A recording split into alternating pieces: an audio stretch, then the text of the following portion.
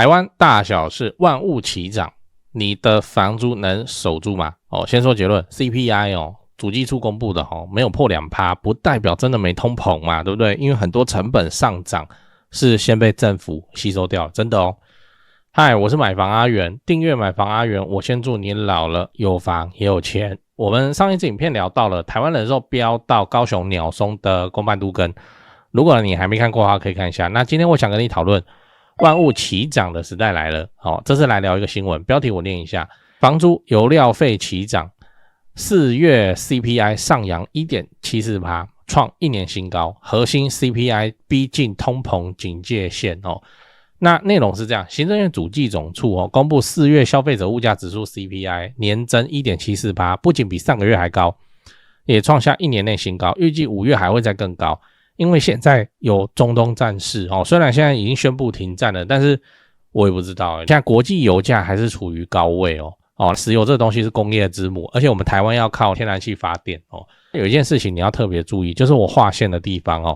照顧一下 Podcast 的聽眾，我念一下：4月以新台幣計價的進口物價年增 9.22%， 創40個月新高，很誇張美元計價進口物價年增 12.55%， 創46個月新高。生產者物價指數 PPI 年增 8.54%， 則是42個月新高。PPI 你可能比較沒有聽過我解釋一下，它講的就是上游廠商的出貨價。例如鋼鐵廠把鋼材賣給建商，那鋼鐵廠就是這個上游廠商，那它會貴多少？ 8.54%， 將近一成。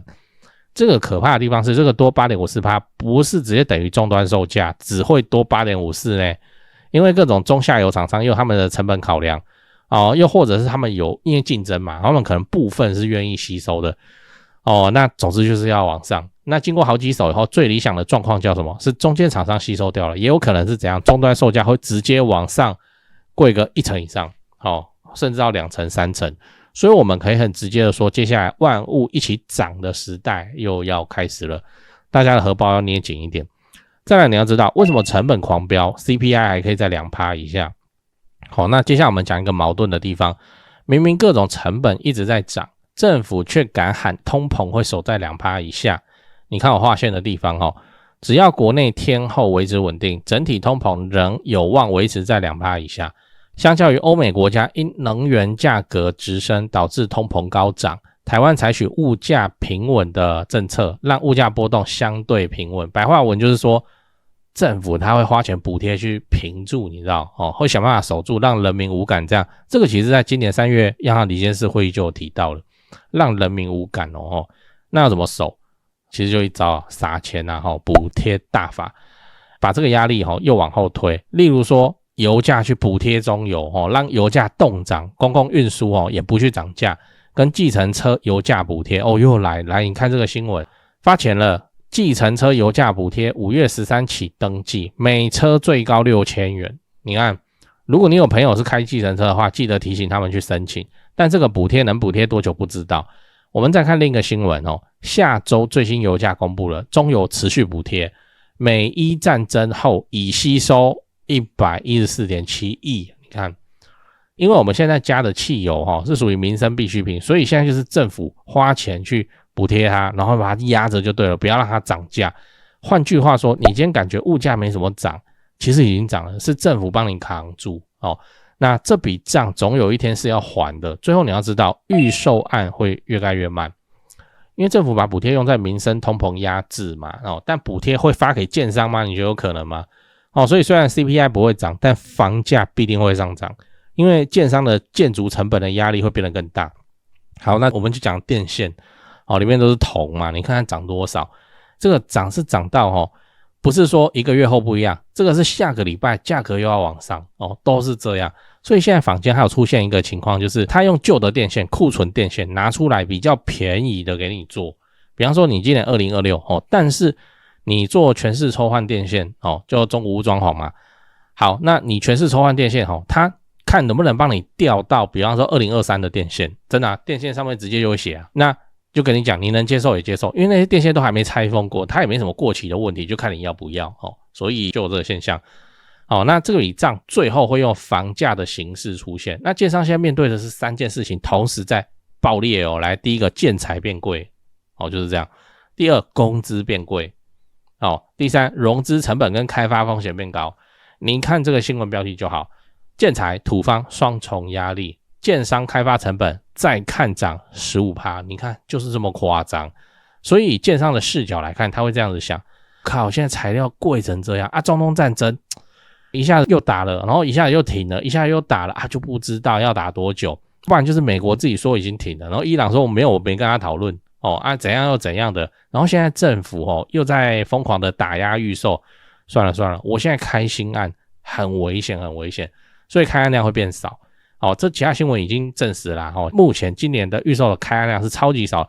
你今年2026開案少，但影響的不是2027、2028房市，是2029、2030房子蓋好要3年，你就先暫抓3年就好，有些蓋要4年5年啦。好到時候的房屋數量的供給就會变少會發生什麼事，對不對？需求沒減少，需求反而是一直增加的。你說有沒有少子化，為什麼需求會增加？老屋要換啊，35年了，那漏水修到已經閉冰啊，這就是想換啊。所以你看到時候房屋的數量又會變少，未來會發生什麼事？那需求沒少然後供給变少，這房價自然就被撐住了。所以不要只看 CPI 沒破2就以為沒通膨很多成本只是被延後。現在是政府出手幫你擋一部分，建商吸收一部分，但建商擋不住的那個部分，最後會用房價的形式回到你的生活裡找你買單。你也不要想說你不買房就沒你的事房價貴了，房租會一起起來，你知道嗎？從古至今一直都是這樣，所以各位你我保重吧。講完了，我們整理一下，今天我講的萬物齊漲的時代來了。我跟你分享，雖然 CPI 現在看起來沒有破 2%， 但進口物價 PPI 建材工資都已經上漲到一個不要的階段。結論就是通膨不是沒發生，是很多成本先被政府補貼給它壓制住，或被廠商吸收掉，所以這筆賬是不會消失的。然後最後變得更高的依然會是房價，更貴的房租跟生活中的各種支出。最後我想問你，如果接下來什麼都可能慢慢變貴，你會怎麼做？A. 趁變貴之前先享受一波。B. 現在開始縮衣節食。C. 繼續買股票抗通膨。在講八卦之前來點乾貨。很多朋友會問我說，阿元你房地產做這麼久有沒有口袋名單啊？這不就來了嗎？掃一下這個 QR code， 我有的牌都在這裡了。進去先點影片看我介紹，讓你心裡有個底然後就可以直接加他們的 LINE 了。買賣房子，台北找銷店，高雄找林店，美術之星，這兩位都是我的大前輩，我有問題也是直接問他們，你就直接敲就對了。如果你雙北要裝潢漢一室內裝修嘛，很多觀眾朋友合作以後都覺得很滿意。那如果遇到了法律上的問題，有頂尖律師可以幫助你。好啦，我有的資源都給你了，你有需要你就大方用，不用客氣。最後我要請你支持我，加入我的頻道會員，每個月250塊錢，直接抄我做好的重大建設功課。高雄自產老會員都跟超過1年了，沒料的話大家早就跑了。最後也不要忘了幫我按下訂閱按鈕。YouTube 的後台跟我說有 74% 的觀眾還沒訂閱，這樣都能超過5萬人支持。如果你還沒訂閱，麻煩先按一下買房阿元 logo 旁邊那個可愛的按鈕，對，點下去就對了。這樣我離10萬訂閱又更近一點，拍片的動力也會暴增。按好了嗎？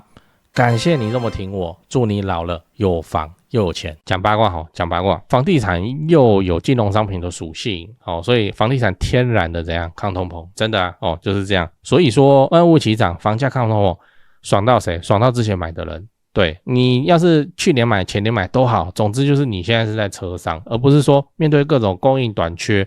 然後社会上的一群人在说房價要崩了，就現在這種情況要怎麼崩？對啊，要怎麼崩？新青安繳不出來要崩，要怎麼崩？大家都喜歡新房子你新房子已經漲成這樣這麼誇張這麼恐怖的事情，你要房價崩怎麼崩？你說不會有人要買了老屋要換真的是換屋需求，這是占一大票需求的呢而且他們是剛性需求，不換不行的那種。住公寓已經住到閉冰了然後那個兩房住太久，那個兒子女兒到現在還關在同一間房間裡面，他覺得不行要有自己的房間這些剛性需求跑出來我以上指的全部都是蛋黃區那台灣幅員遼闊，你當然有蛋白，你當然有蛋殼那個我們就不討論。蛋黃區的房子就是不夠住的狀態，就是這樣。那這個萬物齊漲缺工缺料一起爆炸，然後還有這個土方現在你是不是覺得說怎麼突然土方之亂？沒有在討論哦，因為那個南星就是高雄的填海造陸的國際機場哦，現在可以填了。一開放填有緩解沒錯，不過現在管制又跑出來一大堆，就是你不能什麼廢料、垃圾都往裡面去塞嘛，去填海嘛，哦，只能放那個土石，那土石的話還有分哦，什麼有沒的，對，所以現在當建商真的是有史以來，你說現在可以賣出歷史最高房價，當建商很好吧？只有財團在好而已。為什麼？因為他們有籌資的能力。籌資的意思就是說，他要麼他發公司債，他要麼用股票市場去籌資，一籌到他就可以撐。那中小型建商就都快拒了那乾脆不要做了。現在你看那個中型建商，就是說他買一塊地，然後他蓋2排透天的這種或是他拉一個大樓，不是那種超高大樓，就是拉個大概14、15樓的這種大樓然後就大概2棟、3棟一個社區這種中型建商保證都思考過一個問題，我還要不要做？我這樣他撬動這個槓桿，然後日後怎樣缺工缺料，哇，這個不然我把全部的錢都怎樣？我本來要拿去蓋房子買土地的錢，我他媽全部都買台積電算了，對不對？所以這又會造成未來的供給降低。蛋黃區已經沒什麼新房子了，新房子供應還在降低降低會發生什麼事？對啊，房價又要起來了，所以反正房地產這種東西天然抗通膨在台灣尤其就是這樣，所以我們已經在車上的人真的運氣好真的運氣很好，那我們就繼續等，然後控制一下自己生活的花費。主計總處每年在給說那個通膨 2%， 你信我們自己的體感是，雖然他的報告裡面有做得很細。我們每次都一言不合就開噴，但我想一想，政府發一份明知會被罵的報告寫，所以我又跑去查它的原文真的外食有直接列出來呢，它這是分蠻細的呢那肉蛋奶什麼的，然後外食的部分它自己額外統計但是就我們自己生活上體感的需求，我就覺得說吃飯的成本比以前貴了很多。小時候雞排25塊小時候珍珠奶茶25塊，還是比較貴的飲料。因為我10塊麥香紅茶可以喝好，那你看現在雞排越來越誇張，然後手搖飲料店，其實手搖飲料店越比越不準，你知道，就是手搖飲料店現在都會有那種動輒70、80塊的東西，會加很多料或是當季的水果什麼的，所以我個人認為說手搖飲料店現在不是太適合拿來做一個價格的評比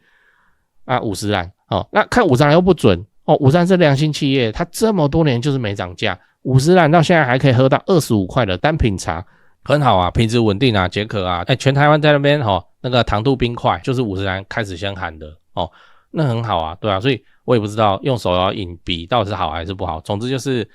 我們手上捏着的是房地產房地產這種東西天然抗通膨，天然的，因為房子有土地地上權的話就再研究。好，那土地是萬物之母嘛，天然就具備抗通膨的屬性所以我自己本人是不太擔心只是說生活上的花費還是要稍微控制一下。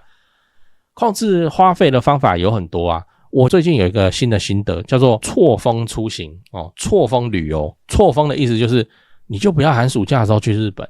你寒暑假去日本你還沒去，你機票訂之前就是要貴了，然後再來說機票越來越貴，我們就寫錯峰出行然後平常要去什麼景區或者要幹嘛要去旅遊錯峰出行都差很多。比方我舉個例子，高雄你就一定要在演唱會的時候來哇嘞，那當然那高雄的同一個房間同一個旅館的同一個房間，平日OK 嘞。当然有很多身不由己的時候小朋友就是那時候才放暑假演唱会就是6日有開怎麼辦什麼有沒的。所以我的心得是能錯峰就盡量錯峰，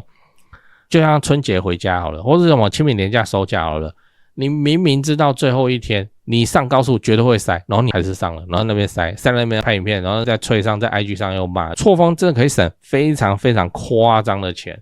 我舉我高雄的例子，我是最近才搬來高雄，好，那個出差在高雄的時候，我住過一間900塊然後含早餐那個飯店在愛河之心附近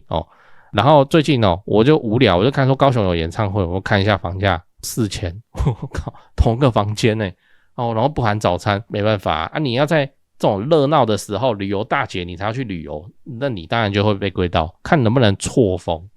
出行，然後盡量避開那些身不由己，為自己存一點錢，省一點錢，存錢省錢要幹嘛看你有沒有辦法透過省錢來存到下一間，或是或是什麼，我主要就是要防止日後有一些醫療成本突然跑出來我們大家也不算什麼一把年紀，但是年紀都有了，我們的父母都那個泥灰，你知道接下來會有很多醫療上的支出，我怕就怕那個怕以後要請長照或是一些醫療用品通通都要即將變得昂貴，這想到會怕呢，因為是自己的親人，你能說哎呀這個太貴了，所以你就算了吧就這樣，不可能嘛，錢就是要花到什麼程度不知道就要看狀況，就要看病情。哇，我想到那個我會怕連醫療長照那邊通通都在漲價。